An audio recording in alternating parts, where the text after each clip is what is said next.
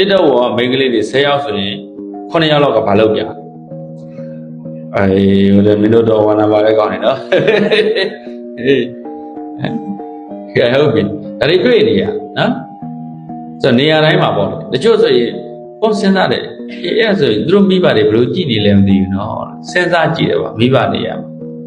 အမေဆိုတော့ထားလိုက်ပေါ့အဖေမရှက်ဘူးလားမသိဘူး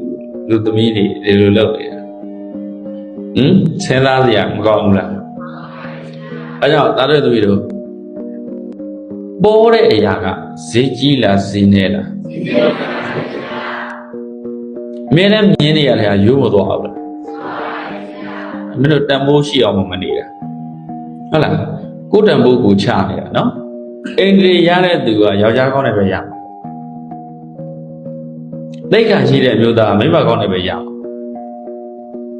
ဘယ်မိန်းကလေးတွေလည်းအိန္ဒြေမရှိတော့ဘူးယောက်ျားတွေလည်းသိက္ခာမရှိတော့ဘူးဗုဒ္ဓဘာသာနဲ့ပတ်သက်တဲ့ရည်ကျင်းမှုဆိုရယ်ဘာမှမရှိတော့